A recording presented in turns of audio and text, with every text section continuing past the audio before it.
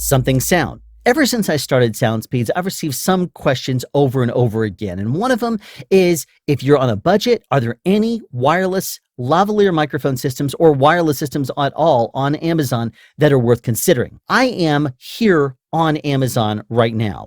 And I figured what we would do is look up wireless lavalier. Nope. Lavalier, right there.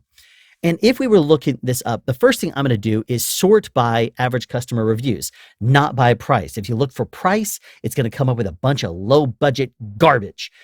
And if you do it by average customer review, then those are people that have bought it and they can give you an idea of how their experience with it has been.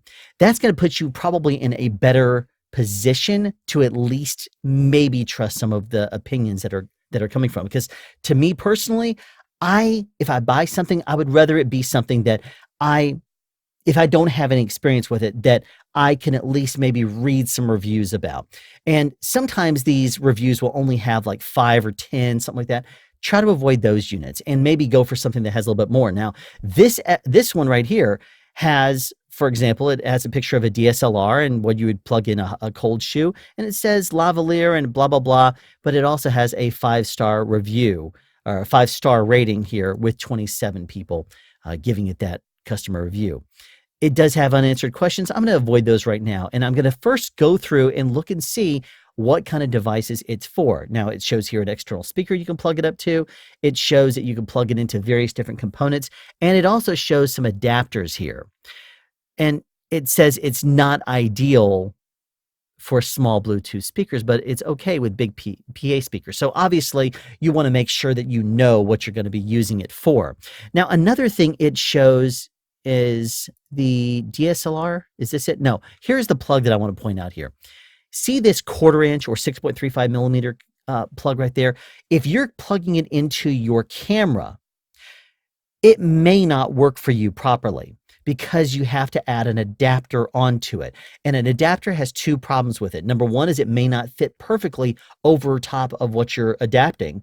And the other thing is, if that weight that sits on the connector could end up being a problem, not just because it's easier to accidentally knock out or because the thing is sticking off and you can't really move your camera very fast, but one of the other big reasons is because over the course of time, it's going to wear down that jack, and that's going to do a lot of damage to it. So these are things to consider. Obviously, comfort is something that's probably going to go out the window when you start looking at these units, but one of the other things to consider here is frequency. Now, most of the time, when you're looking at these wireless units, the cheap ones, especially the unbranded ones, they're being drop shipped from China. They're being sent from China, and they're not going to have something like, like this one, for example, says free shipping, but it says, it does have an option for 2-day shipping at checkout, and it is sold by the same company that manufactures it. So you can probably expect it to be sent from someplace in America if that's the case. And if that is the case, it has a better chance of working in a frequency range that is legal to the United States. But many of these wireless units that you can get are not. Now, all right, hold on one second. I just spotted something here I find very interesting. If you look through the pictures here, and this goes exactly with what I was saying, current frequency 627.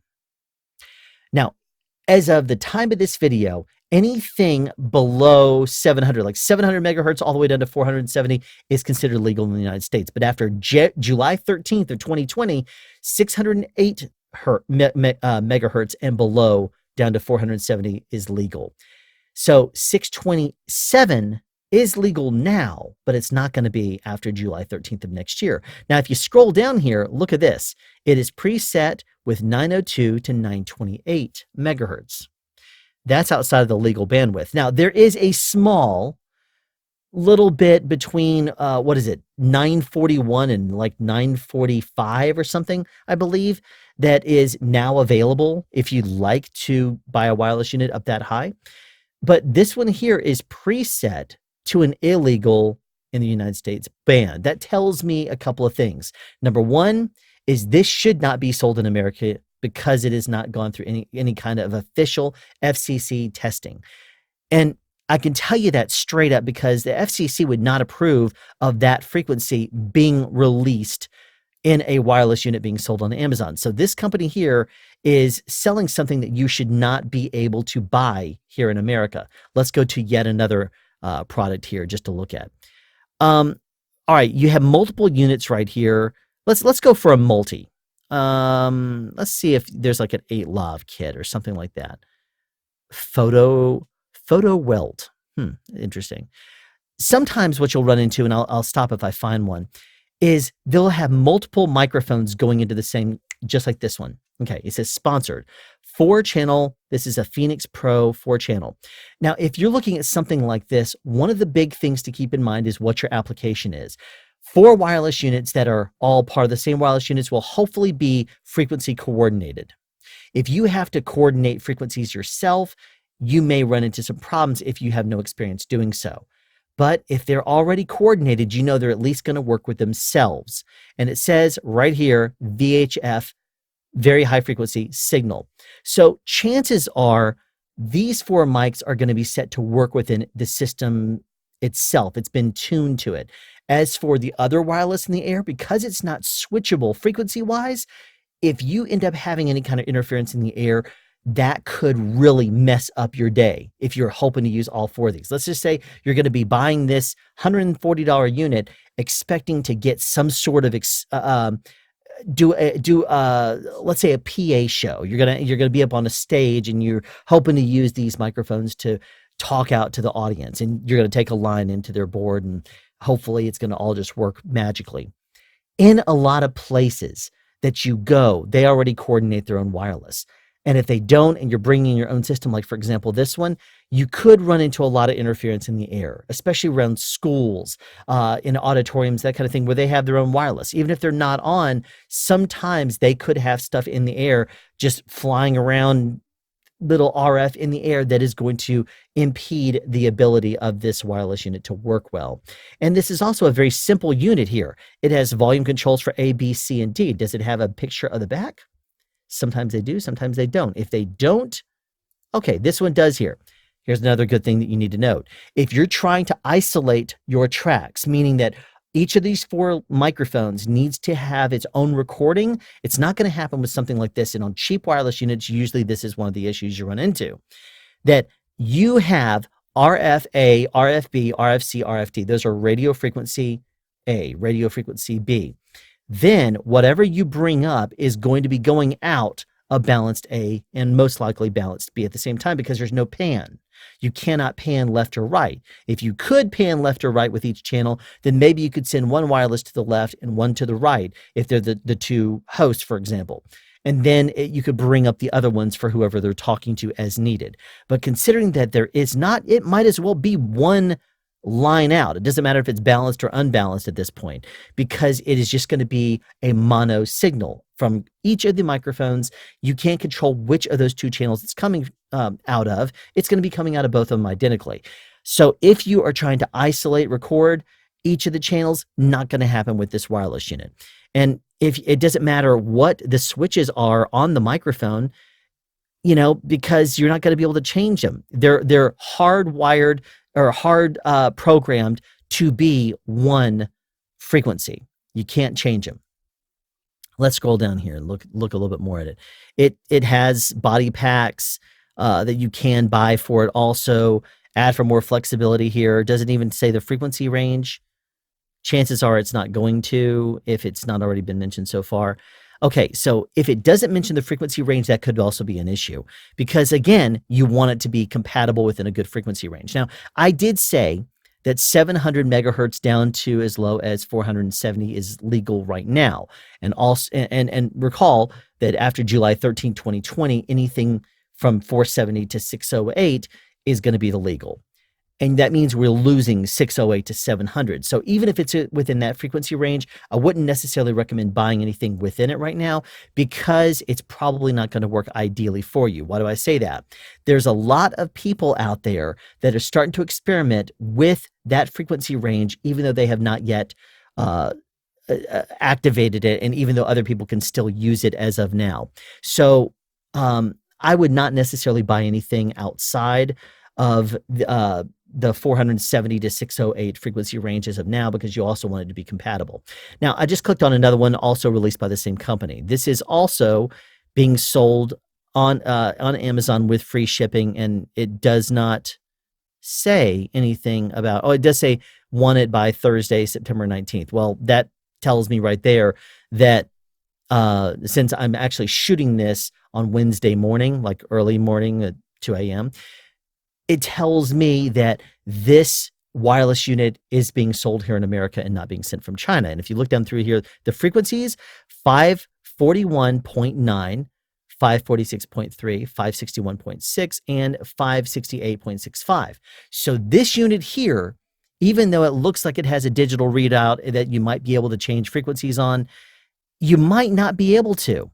And I would say might not be able to, and I can almost guarantee it, because if you look over here, there are no switches to allow you to change frequencies on it. It doesn't look like it's on there either, but being that they automatically tell you what frequencies that it is hardwired to and programmed with, those are the frequencies that you're stuck with. And so it's not going to really be something that you are going to be able to change. And it also sells different frequency blocks. Let's look at frequency block 1 and see what that is. It looks like the same thing. So you, I guess, want to make sure you figure out what that's going to be, because there's two different wireless units. This is 5000B, and up here it says 5000C. So you want to find out what those are. Does it tell you in any of the pictures? See, it shows you what's on the inside of the body pack, and it's just batteries and a switch. Again, if you run into issues, it's not going to be able to, allow you to switch units. You're not going to be able to switch anything. Now here, if you notice, it says it has channel 1 balanced XLR output. Here, let me see if I can actually get into this picture. And it has, what in the world? AF balanced output. So I guess I would want to do a little bit more research here, but it almost looks like there are outputs for each and every channel on this one. So if you wanted to ISO record each one of them, it may be possible with this, but definitely you would want to scroll down, read some of the reviews, and see what people's opinions are of it. Does it actually work? It says it's capable of getting up to about 260 feet. On cheap wireless, I usually cut that into about a quarter, because that's something that you really don't want to rely on, especially if you activate multiple channels at the same time.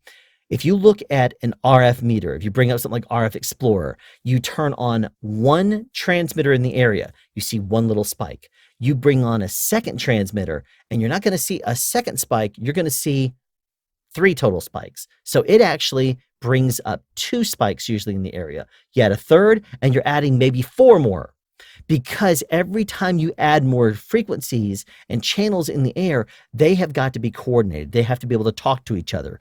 And in doing so, there's also harmonics that do naturally occur between radio frequencies, not just the sound that you and I speak and hear around us, but in the frequencies of wireless too. Those are something that's very, very important that you have to consider as well. So in addition to everything else, you have your body packs, you have all this, and you want to consider things like, what are you going to be doing with it? If you need to isolate your outputs, this would be a unit that you would at least consider getting.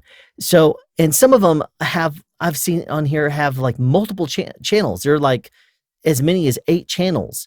And those things to me are just a joke, because it all mixes down to one or two little frequencies or 1 or 2 outputs.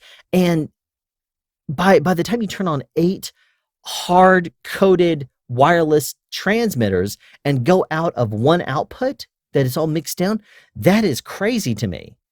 You can't do anything with it. You get scratchy lav on one of them, you're going to have a scratchy lav on everything that comes out. And try to bring up 8 channels that you cannot isolate and do a pre-fade listen PFL on, you have no idea what you're listening to.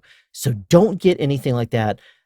In my opinion, it's just going to cause you more trouble than it's worth. So hopefully this is giving you a little bit of insight as to what you should and what you should not buy if you look on Amazon. Just to highlight real quickly, If you got to ask yourself what you're going to be using it for. If the connector that comes out of the wireless unit is not going to be compatible with your device, like that DSLR camera, it's not the right size. If it's not the right size, you don't want to have to adapt it in order to get it in what you're going to be using it for, because you could end up damaging your camera or your recorder, whatever. And then you want to make sure that you have proper isolated tracks if you're planning on multi-tracking.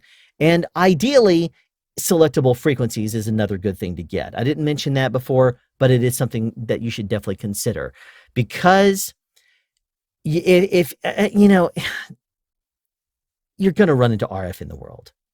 I run into RF every single day, and we'll have to rescan anytime we're on location. This is working with $1,000+ wireless transmitters. And so obviously little cheap things like this on Amazon, you're going to have the same kind of issues. So if that's the case, then you want to try to pre-plan for that and have a couple of backup options, especially if you have multiple wireless units. Unless you're just planning on using it as a backup, oh, try this one. That one's not working right, try this one. That one's not working right, try this one. That could be your backup plan. If that's the case, then maybe one of those that's just a fixed frequency and has 4 microphones in the kit may be something suitable for you. But if you're looking at lavalier microphones, I would not, under any circumstance, recommend you to buy something that you put a lav on and it goes multiple lavs out of one output out of the wireless unit. Have a question you'd like answered or want to add something? Be sure to write it in the comment section down below. You can also make a suggestion for future topics of discussion. Again, comment section down below, or you can email me at soundspeeds@yahoo.com. Be sure to subscribe and turn on notifications so you won't miss out on future sound advice.